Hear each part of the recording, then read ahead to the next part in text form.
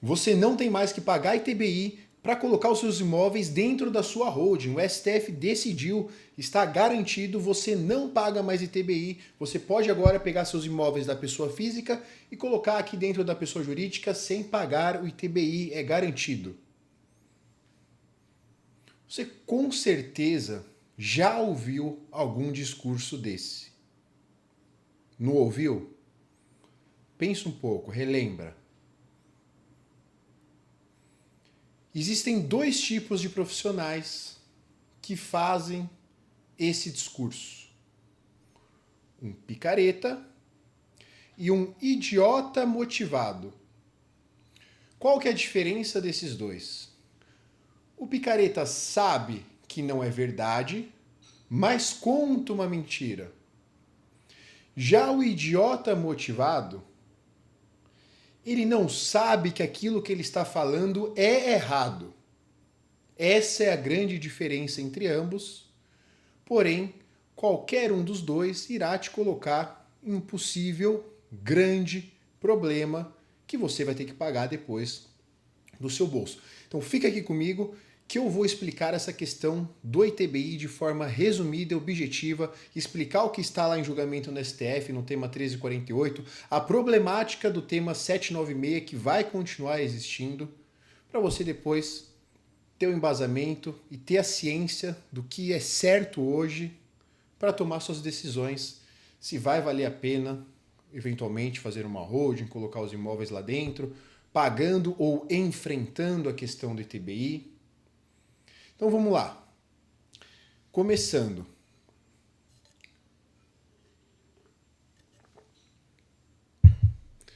O que nós temos hoje pautado no STF é o tema 1348.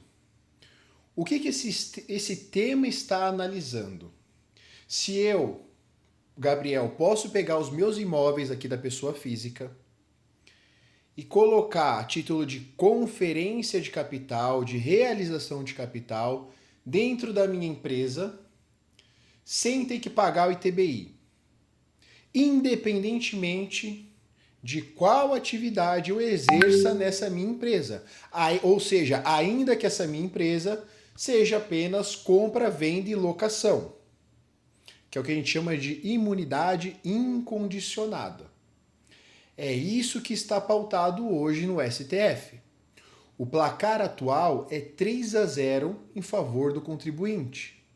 A tendência é que esse recurso, sim, seja totalmente favorável aos contribuintes.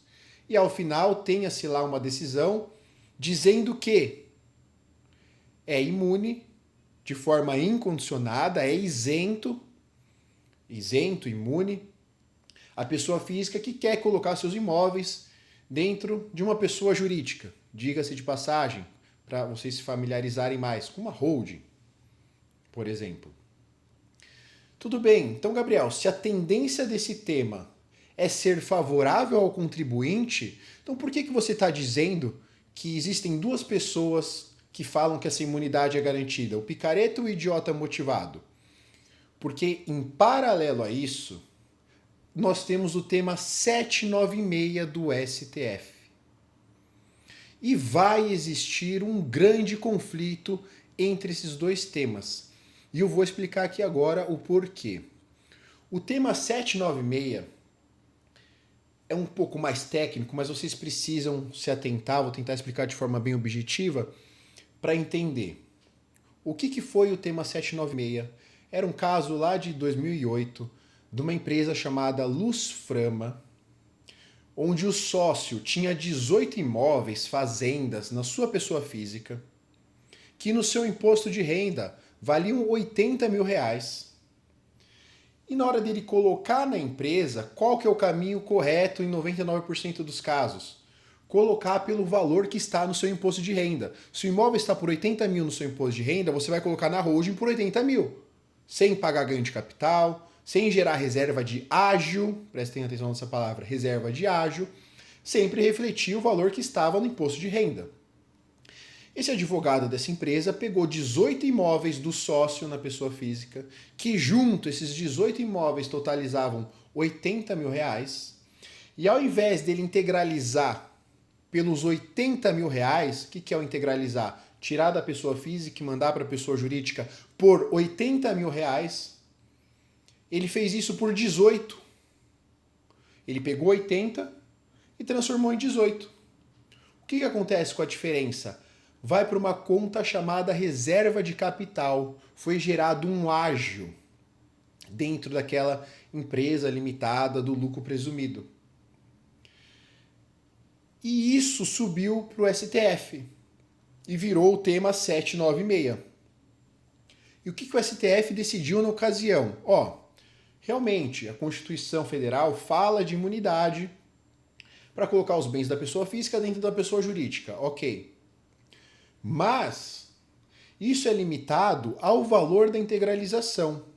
Como ele integralizou por um valor menor do que o valor do imposto de renda e gerou uma reserva de capital, um ágio, o ITBI deve incidir sobre essa parcela da reserva de capital. O ITBI deve incidir exclusivamente sobre o ágio gerado. Por quê? Porque ele integralizou por um valor menor do que estava no seu imposto de renda. Esse foi o único objetivo. Foi o único ponto decidido. Foi a razão de decidir. Querendo dizer o quê? Se ele tivesse integralizado pelo valor que estava no imposto de renda dele, colocado na empresa pelo mesmo valor, não haveria qualquer cobrança de ITBI. Mas como ele colocou por um valor menor, a diferença sim deve incidir o ITBI. Isso foi decidido no tema 796. Até então, não era para ter maiores desfechos. Por quê? Ninguém integraliza por valor menor. Se faz isso, está fazendo de forma equivocada.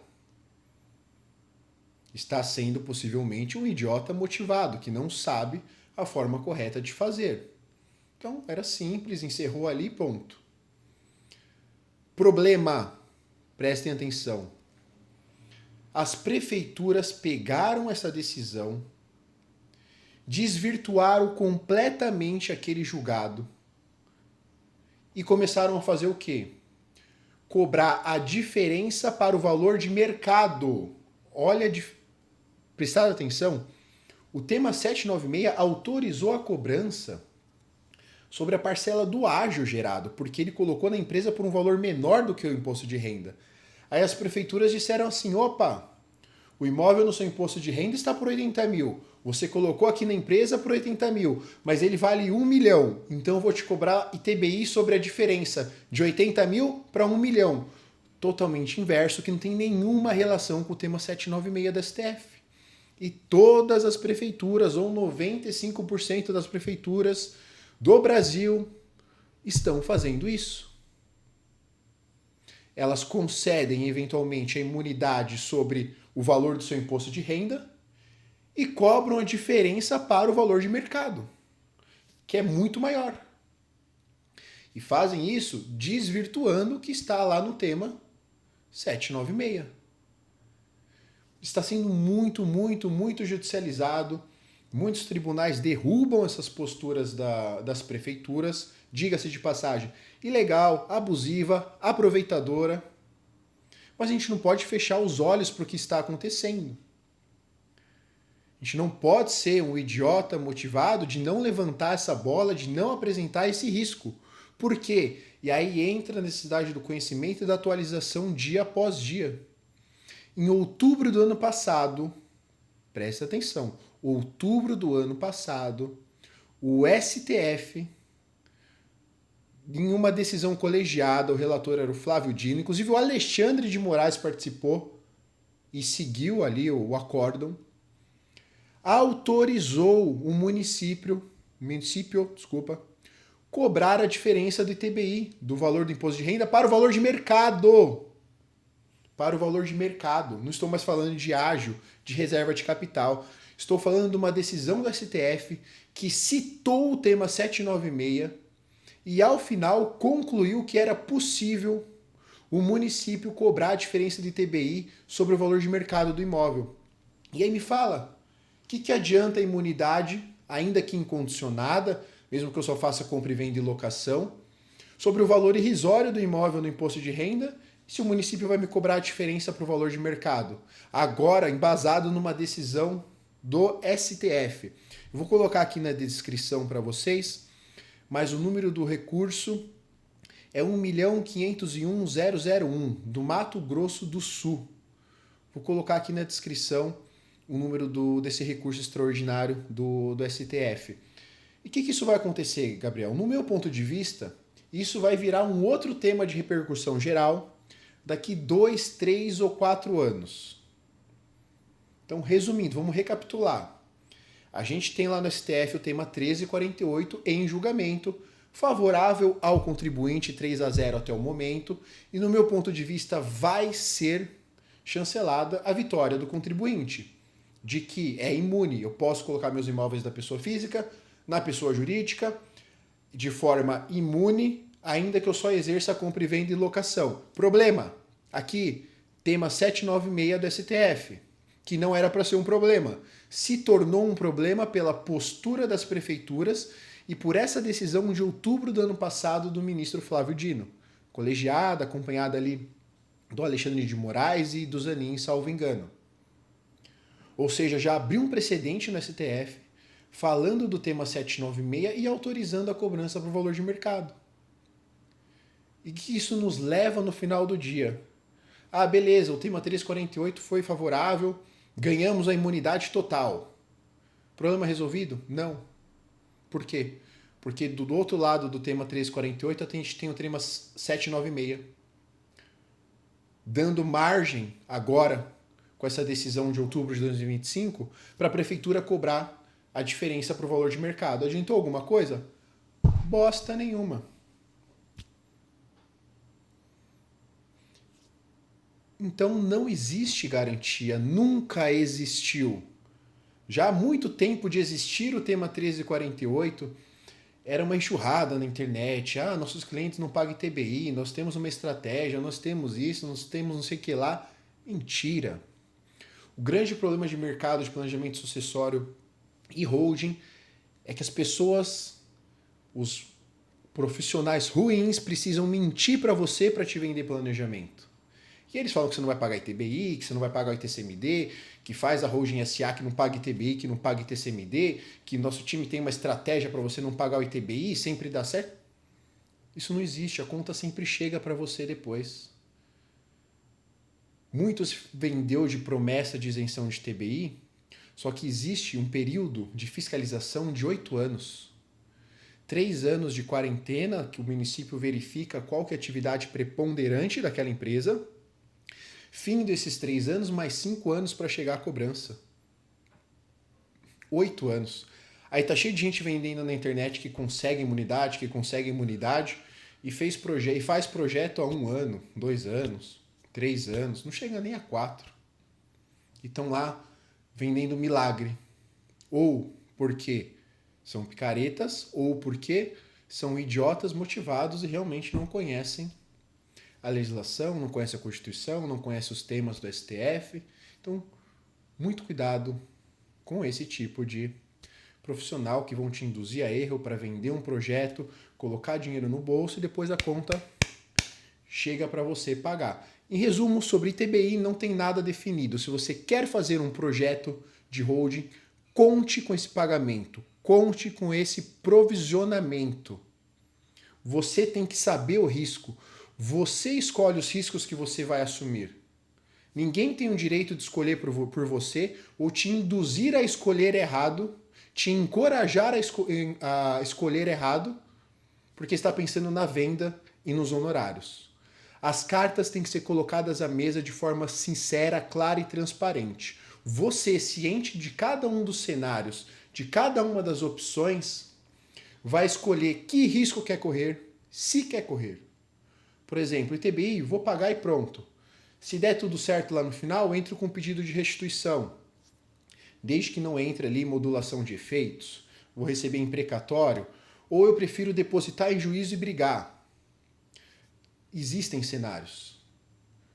Obviamente que eu quero também que todos os meus clientes não paguem ITBI, não paguem o mínimo de imposto possível, mas a gente não pode vender milagre, vender falsas promessas. A gente tem que ser os pingos nos is. O que é, como funciona, quais são os precedentes e quais são as suas opções hoje. Estão aqui as cartas, escolha como que você quer jogar esse jogo. Depois não fale que eu não alertei. Você sabe das possibilidades, sabe dos precedentes, sabe dos riscos, benefícios e consequências. Cabe a você tomar a sua decisão. Era isso que eu queria deixar aqui para vocês hoje. Vou deixar um detalhamento na descrição. Se tiverem dúvidas, perguntas, podem ficar à vontade para deixar aqui nos comentários, para me chamar no WhatsApp. Tem um link aqui também no meu perfil. E assim que tivermos mais novidades, mais atualizações, eu me comprometo em trazer aqui para vocês, porque é um tema extremamente importante e relevante essa questão do ITBI. Um grande abraço aí a todos e todas.